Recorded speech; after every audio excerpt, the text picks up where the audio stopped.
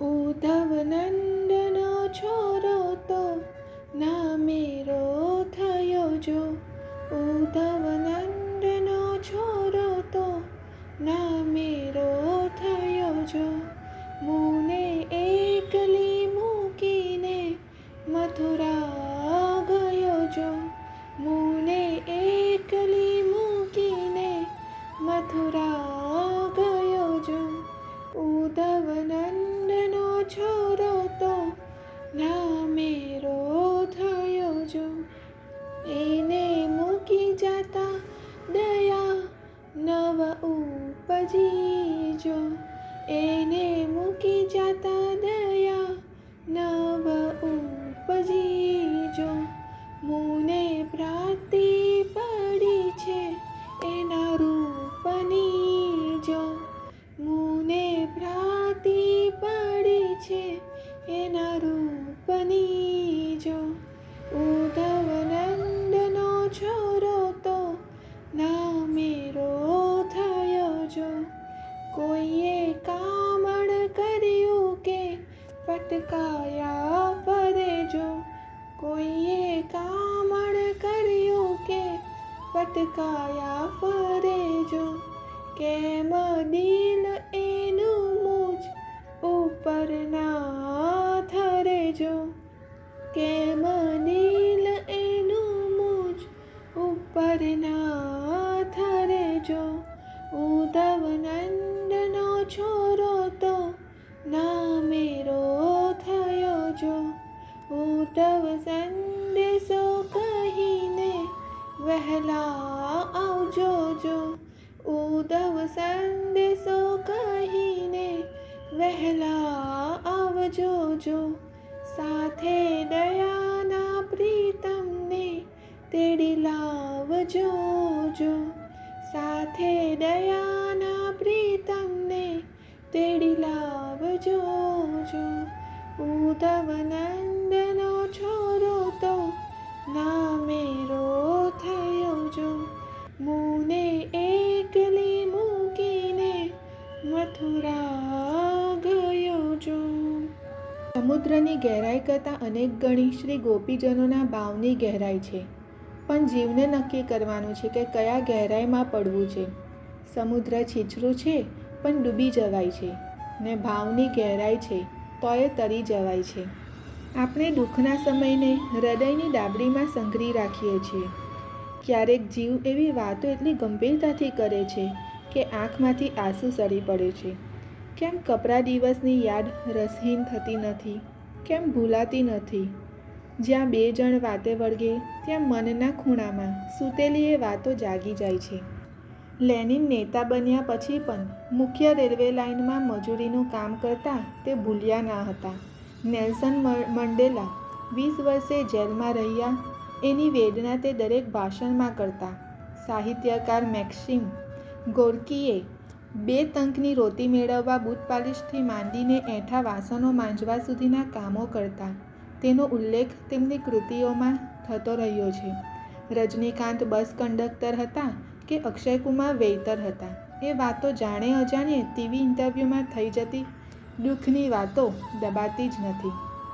દુઃખના ચીમડાઈ ગયેલા ફૂલમાંથી કદી સુગંધ આવતી નથી. દુઃખના લાક્ષાગૃહમાંથી દાઝ્યા વગર બહાર આવ્યા પછી પણ રાખ થયેલું ઘર ભૂલાતું નથી. શું દુઃખ એ નશાની પ્યાલી છે? કેમ એનો નશો ઉતરતો નથી? જીવ કેમ દુઃખ ગદનાને સ્મરણની ફ્રેમમાં મઢીને મનની દિવાલ પર ટીંગાળી રાખે છે? તેનું કારણ છે મોટે ભાગે એવા માણસો પારકાની સહાનુભૂતિ ઈચ્છે છે, દિલ સોજી ચાહે છે, સમભાવ ચાહે છે. સુખની વાતોમાં એવું નથી બનતું. સુખી માણસોની તો લોકો નિંદા કરે છે, અદેખાઈ કરે છે, મનોમન બળે છે. વ્યક્તિ નાનપણથી જ પ્રેમનો ભૂખ્યો છે. તેની વેદનાની વાત જો કોઈ સાંભળે તો એ ગળગળો થઈ જાય છે. તેને રાહત થાય કે કોઈ તો છે જે મારી વાત સાંભળે છે, મને સમજે છે. પણ જીવ સમજતો નથી કે દુઃખ સાંભળીને જે સહાનુભૂતિ અપાય છે એ પ્રેમ નથી, એની વાતો સાંભળીને દર્શાવેલી દયા છે.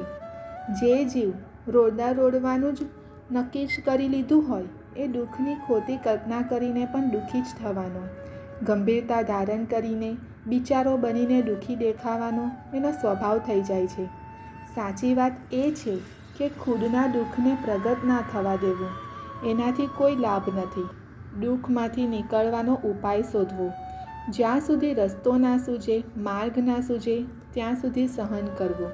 સહન ના થાય તો એકાંતમાં રડી લેવું, હલકા થઈ જવું. એકાંતમાં બેસી પ્રભુનું ધ્યાન ધરી દુઃખનો સામનો કરવાની શક્તિ માંગવી. ક્યારેક એવું પણ હોઈ શકે કે ખરેખર દુઃખ ના હોઈએ. ત્યારે ચેક કરવું કે કોઈના પ્રેમ, સહાનુભૂતિ, આદર, સન્માનના ટેકા ઓછા તો નથી પડ્યા ને. મથુરામાં આવ્યા બાદ રોજ સાંજે શ્રી કૃષ્ણ વ્રજવાસીઓના સ્મરણથી ઘેરાઈ જતા. તેમનું મન ગોકુળ વૃંદાવનમાં કરેલી લીલાઓમાં સરી જતું. એ ધૂળ ઉડાડતી ગાયો, ઉછળકૂદ કરતા વાછરડા, એ ગાય દોહતા ઘેરે ઘેરે દૂધની સેંકળોમાંથી ઉઠતો શેંડ શેંડ અવાજ, ખાંડણિયાથી બાંધ્યા હતા એ દોરડું, જીવની માફક સાચવીને વિવર બની જતી યશોદા મૈયા.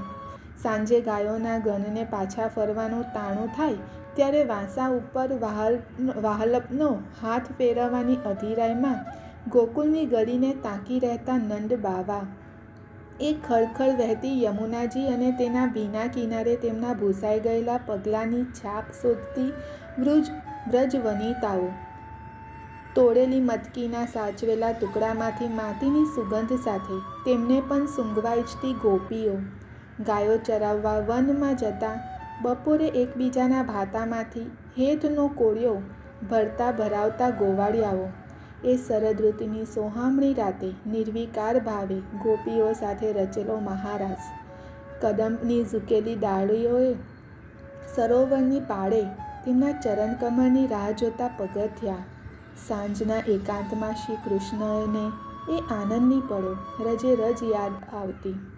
કેટલોક વિરહ, કેટલીક વિહવલતા સંબંધને ચમકાવી દે છે, તેની કિંમત વધારી દે છે, તેની આબરૂ વધારી દે છે. વ્રજના શ્રી કૃષ્ણ ભગવાન નથી, સૌના બાળ ગોથિયા છે. ગોકુળ, વૃંદાવન કે બરસાના એ ગામના નામો નથી, એ ભાવ સ્વર્ગ છે, જેનું જિંદગીમાં એકંદરું મહત્વ હોય તેમની ગેરહાજરી સૌથી વધારે ખૂંચે છે. એક દિવસ શ્રી કૃષ્ણએ ઉદ્ધવજીને બોલાવ્યા. ઉદ્ધવજી તેમના પ્રિય સખા અને મંત્રી હતા. તેમનો હાથ હાથમાં લઈને કહ્યું કે હે પ્રિય સખા, તમે વ્રજમાં જાઓ, ત્યાં સૌ મારા વિરહથી દુઃખી છે. મારો સંદેશો આપી તેમને મનોવ્યથામાંથી મુક્ત કરો. જે લોકો મારા માટે આ લોક કે પરલોકમાં ધર્મ છોડી દે છે, એટલે કે મારા શરણમાં રહે છે, તેમનું યોગક્ષેમ એટલે કે તેમની બધી જ જવાબદારી હું મારા માથે રાખું છું. એટલે હે ઉદ્ધવ, એમની સાથે વિતાવેલી એક એક ક્ષણ હજી મારા ભાવ સીતાના તાને ઝંકારી રહી છે. આપનું વ્રજ તરસ્યું છે. મારો ભાવભીનો સંદેશો લઈને જાઓ, તેમને મળો, તેમના જીવને રાહત થશે. મારા વગર તટ પર માછલી તડપે એમ સૌ તડપડી રહ્યા છે. મારા પ્રેમ સરોવરમાં એમને પાછા મૂકી આવો. અહીં શ્રી કૃષ્ણ મથુરામાં સુખની પળોને યાદ કરે છે, આનંદમાં વિતાવેલો સમય યાદ કરે છે. તે પૂતનાના સ્તનોથી ચૂસેલા ઝેરને યાદ નથી કરતા. તે વિશાળ ગોવર્ધન પર્વત ઉતાવતા ટચલી આંગળીએ કેટલી વેદના થઈ હતી તે યાદ નથી કરતા. અસુરો સાથે લડવામાં કેટલી વખત તેમના ઘસકારાથી લોહી લુહાણ થયા તે યાદ નથી કરતા. તે ચિત્તમાં આદર ઉપજાવે એવી ઉલ્લાસિત ક્ષણોને યાદ કરે છે. ચિત્તમાં આદર ઉપજાવે તેવી ઉલ્લાસિત ક્ષણોને યાદ કરે છે. કોઈ પુરાણના શ્રી કૃષ્ણએ દુઃખ, પીડા કે વેદનાની વાતો યાદ કરી હોય એવો ઉલ્લેખ પણ મળતો નથી. માટે શ્રી કૃષ્ણ એટલે શું? જે માટી ખાઈ શકે એ જ બ્રહ્માંડ પણ બનાવી શકે. કણ કણ એ જ મનની સમજણ એટલે શ્રી કૃષ્ણ. જે મહાભારત જીતાડી શકે એ રણ પણ છોડી શકે. ક્યારે જીતવું એ નહીં પણ ક્યારે ના લડવું એની સમજણ એટલે શ્રી કૃષ્ણ. જે વાંસળી વગાડી શકે એ જ સુદર્શન પણ ચલાવી શકે. કોમળતા અને કઠોરતા વચ્ચેની સમજણ એટલે શ્રી કૃષ્ણ. જે માખણની માટલી ફોડી શકે એ જ સુદામાની પોટલીમાંથી તાંદૂળ પણ ખાઈ શકે. સમય અને જગ્યા જોઈ વર્તવાની સમજણ એટલે શ્રી કૃષ્ણ. જે મથુરાને ત્યાગી શકે એ જ દ્વારકાને બાંધી શકે. ક્યાં ના થોભવું ને ક્યાં અટકી જવું એની સમજણ એટલે શ્રી કૃષ્ણ. જે ગોપીઓના ચીર ચોરી શકે એ જ દ્રૌપદીને ચીર આપી શકે. નટખટતા અને ગંભીરતા વચ્ચે સમજણ એટલે શ્રી કૃષ્ણ. માન્યું એ સંયમ હેરાન કરી રહ્યો છે, પણ કેવી રીતે જીવવું એ પણ તો આપણને શ્રી કૃષ્ણ શીખવાડી જ રહ્યા છે. શ્રી કૃષ્ણના વિતાવેલી આ દુઃખની કે ભોગવેલી આ દુઃખની વાતો આપણે પસંદ આવી હોય તો શેર અવશ્ય કરજો. શ્રીજી મનનું આજનું સત્સંગ શ્રીનાથજીના ચરણોમાં સમર્પિત કરું છું. જય શ્રી કૃષ્ણ.